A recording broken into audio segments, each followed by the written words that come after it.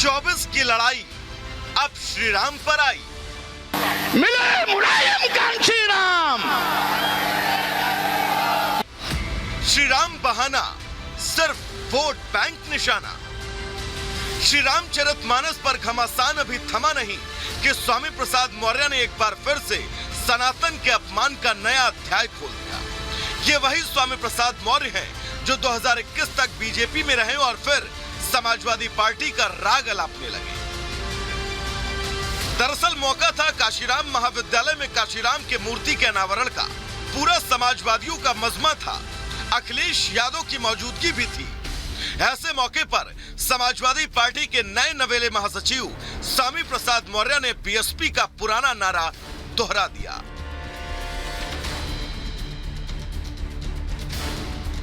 मिले मुलायम कांची राम।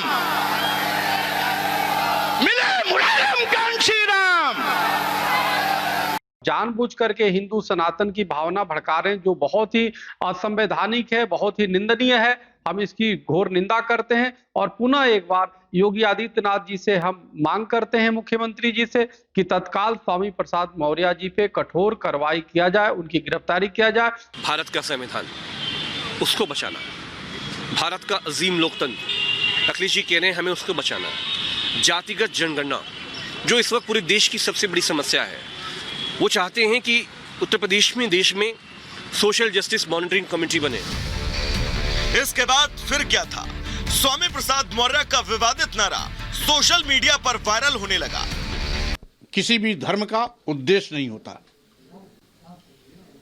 जिन पाखंडियों ने धर्म की आड़ पर इस देश की महिलाओं, आदिवासियों, दलितों और पिछड़ों के साथ सौतेला व्यवहार किया, अपमानित किया, नीच कहा,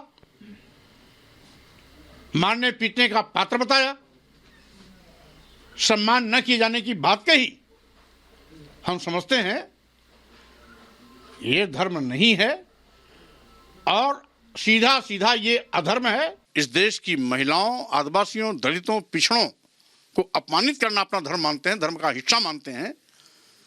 मैंने तो रामचरितमानस पर कोई प्रकार की बात नहीं की। उसकी चौपाई के वो अंश जिससे इस देश के दलितों, आदिवासियों, पिछड़ों तथा महिलाओं का अपमान होता है, उस आपत्तिजनक टिप्पणी को निकालने की बात की।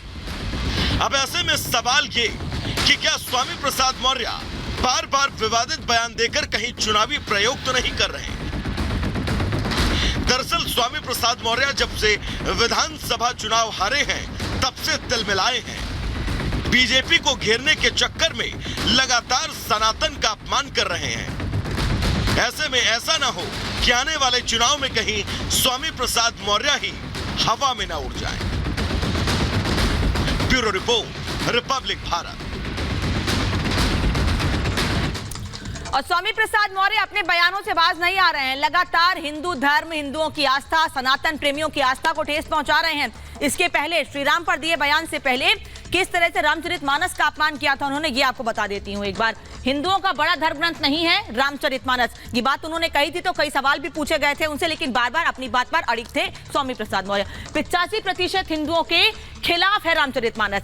पिछड़ा, दलित, महिला विरोधी ग्रंथ है, सबका ठेका ले लिया है ऐसा लग रहा है स्वामी प्रसाद मौर्य ने। विवादित अंश हटाएं या प्रतिबंध लगाए सरकार, ये मांग उन्होंने की थी केंद्र सरकार से। रामचरितमानस को बैन कर देना चाहिए, ये मांग कर रहे हैं स्वामी प्रसाद मौर्य। और अब उन्होंने भगवान राम का अपमान किया है, जिस पर हिंदू धर्म से जुड़े हुए लोग नाराजगी जाहिर कर रहे हैं। एक और बड़ी खबर क्या है जानते हैं प्रियंका।